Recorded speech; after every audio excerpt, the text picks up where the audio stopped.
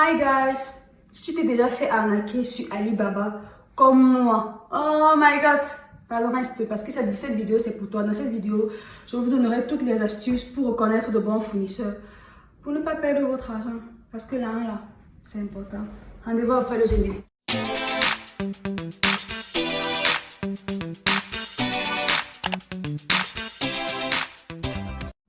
Coucou à tout le monde et bienvenue sur ma chaîne. J'espère que vous allez bien. Moi, ça va super bien, grâce à Dieu.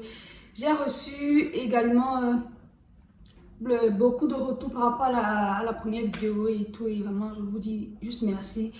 Concernant cette vidéo, elle me tient vraiment à cœur parce que là, je vais mettre mes organes. Vu que j'ai été volée, donc je dois mettre vraiment mes organes pour que d'autres personnes ne commettent pas la même erreur que moi. Donc si tu es nouveau sur ma chaîne, moi c'est Enchamba. N'oublie pas de t'abonner, partager et dis-moi si tu aimes ce que je fais. Maintenant on va commencer. Je sais qu'il y a beaucoup de gens qui veulent se lancer dans l'entrepreneuriat et du coup ils cherchent les bons fournisseurs, que ce soit sur Amazon, sur AliExpress, sur Alibaba. Mais comme on sait que Alibaba c'est la maison mère, du coup tout le monde se retourne vers Alibaba. Mais malheureusement, sur Alibaba, il n'y a pas que des gens de bonne foi. Il y a également des voleurs. Je sais, j'aime les organes. C'est pas grave. Il y a également des voleurs qui viennent uniquement pour nous soutirer de l'argent et ne pas nous livrer nos commandes. Chose qui fait bien mal. Je parle en connaissance de cause. Mais bon, comme j'ai dit, je vous ai promis au début, je vais mettre les organes dans la vidéo aussi. Ne soyez pas étonnés. Quand on touche à mon argent, on m'a tué. Et j'imagine qu'il y a beaucoup de gens aussi qui ont déjà été volés chez Alibaba, mais sûrement qui ont juste laissé tomber. Parce que moi, si c'est que je n'avais pas aussi des gens qui avaient vraiment déjà commandé, qui ont reçu leurs produits, j'allais aussi abandonner que, donc, on m'envoie là-bas alors que c'est comme ça là-bas. Surtout quand tu es au début, c'est vraiment frustrant. Mais bon, vous voyez, j'ai quand même fait une petite liste des différentes choses qu'il faut et qu'il ne faut pas faire pour aller vers un bon fournisseur. On va commencer par le first thing. La première chose dans ces cas, c'est d'éviter, moi ça a été mon cas, d'éviter les fournisseurs avec le moins d'années d'expérience. Parce que vraiment, no way. C'est vrai, il y a d'autres qui peuvent être vrais dans ça, mais malheureusement, la majorité sont des arnaqueurs. Donc, quand vous voyez, à partir de 3 ans en descendant, là, évitez de commander chez eux, franchement. Commencez à partir de 3 ans en montant, 4 ans d'expérience, 4 ans d'année, 4 ans de vente, 5 ans, 7 ans. Plus c'est beaucoup, le mieux c'est, franchement. Parce que ceux avec 2 ans en descendant, là, ce sont des gens qui viennent, comme sur Instagram, en fait, ceux qui créent des faux comptes juste pour arnaquer des gens et tout, c'est un peu la même chose. Donc, quand vous voulez commander quelque chose sur Alibaba, je ne sais pas si je pourrais mettre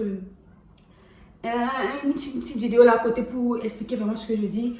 Allez vers ceux-là qui ont plus d'années d'expérience, vraiment. It was my case. Please, don't do the same thing because your money, go. Et en deuxième point, je dirais les avis.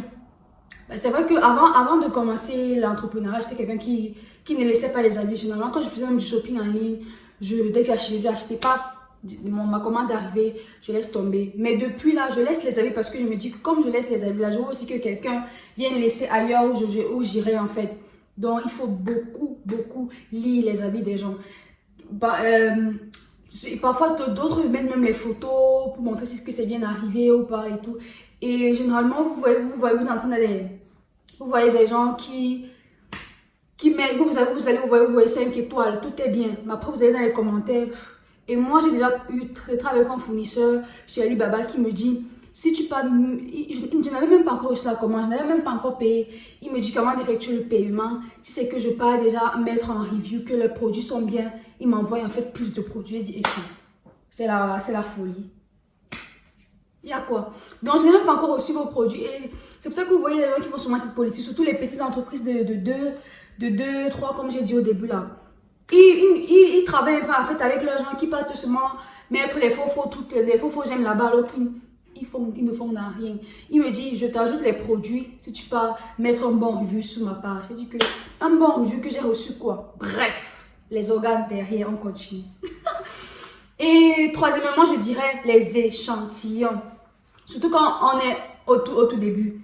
Ne jamais commander en gros sans d'abord avoir vu le produit. Pour un début, tu peux commander même 3, même 2, même 1. Ça dépend dans ce dans quoi tu fais. Vraiment, ne jamais, je dis bien jamais, mes organes de côté, je sais, mais ne jamais commander beaucoup à la fois. Même si la personne a 100 années d'expérience, ne jamais. C'est vrai, parfois les frais d'avoir son couteau et tout, mais c'est beaucoup mieux de commander un peu. Tu vois les produits, si les produits tombent plus, maintenant tu repars, tu mets tes reviews et tu commandes beaucoup. C'est l'erreur que beaucoup de gens font. Bref, tu es pressé, tu veux vite commencer ton business, du coup tu pars, tu te lances. Après on soutient tout, on t'envoie. Pardon, ne faites jamais cette erreur.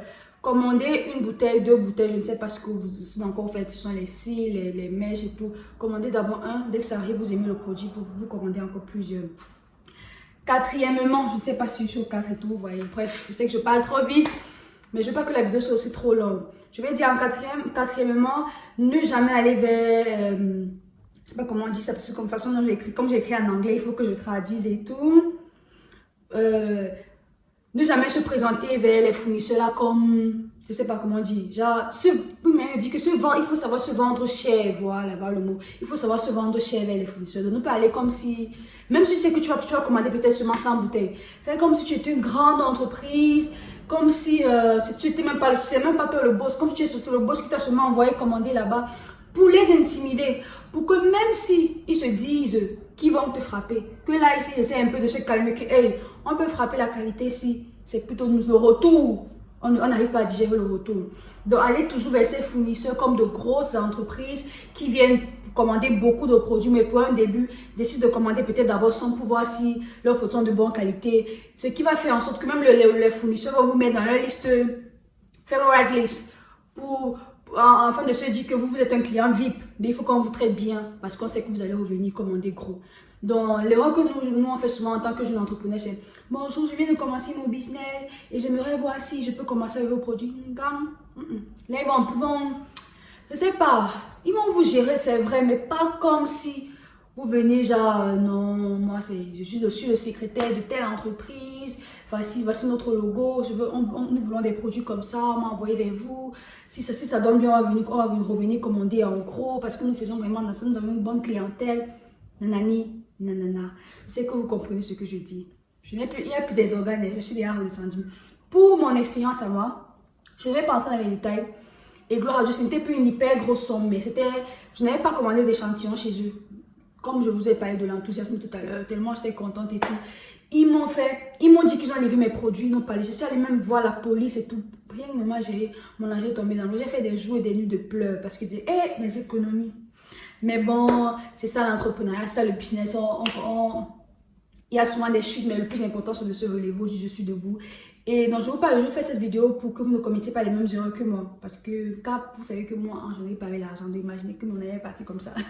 Il ne faut pas que votre argent parte aussi comme ça. Donc, j'espère que cette vidéo va vous aider pour ceux qui veulent commencer, mais pour ceux qui ont déjà commencé, mais qui ne savent pas ces tips, pour s'améliorer, pour ne pas commettre ces erreurs qui peuvent être beaucoup coûteux pour certains, surtout pour ceux qui investissent en un temps gros. Comme je dis, le plus important chez Alibaba, et même si c'est les reviews, même s'il y a les meilleurs reviews, même s'il y a quoi, toujours tester avec des échantillons, ne jamais commander off-email, pas comme ça, non. Et autre chose aussi, c'est parfois de donner l'impression de vous intéresser à ce qu'ils font. Comme généralement, ce que moi je fais, c'est je demande l'adresse du fournisseur, où est-ce que vous êtes situé, comment est votre entreprise. Donc, de donner l'impression que vous êtes sérieux dans ce que vous faites. Et c'est une manière aussi d'avoir les coordonnées de l'entreprise de telle manière que s'il y a un problème, même si vous ne connaissez personne en Chine, vous pouvez porter plainte et vous allez avoir l'adresse, le nom, etc. Donc, ce sont des questions que vous pouvez parfois poser aux fournisseurs. C'est banal, mais je trouve que ça a son sens là. Surtout, quand vous voulez commander en gros, il faut vraiment être prudent parce que ça peut arriver, je ne souhaite pas, mais ça peut arriver que ça tourne mal. Donc, avoir le plus d'informations possible au cas où. Mais si tout se passe bien, gloire à Dieu, ce n'est que ce qu'on souhaite pour tout le monde, surtout parce que l'entrepreneuriat est difficile. Donc, là, on peut avoir des pertes avec des fournisseurs, c'est pas cool, it's not good, it's really sad. So, vraiment, c'était un peu ça pour cette vidéo. Oui, ma vidéo n'est pas très longue aujourd'hui. N'hésitez pas à me dire en commentaire si la vidéo vous a plu ou bien si vous avez d'autres astuces à me proposer, moi, pour toujours tomber sur de bons fournisseurs, que ce soit sur Amazon, Alibaba, AliExpress et tout et tout. Si vous avez d'autres choses que j'ai oubliées, n'hésitez pas de me dire en commentaire. Vous savez, nous sommes une famille. Donc, ce que vous pensez là.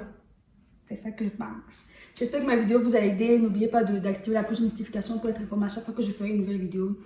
Likez, partagez, abonnez-vous. On se dit à la prochaine vidéo. Je vous embrasse.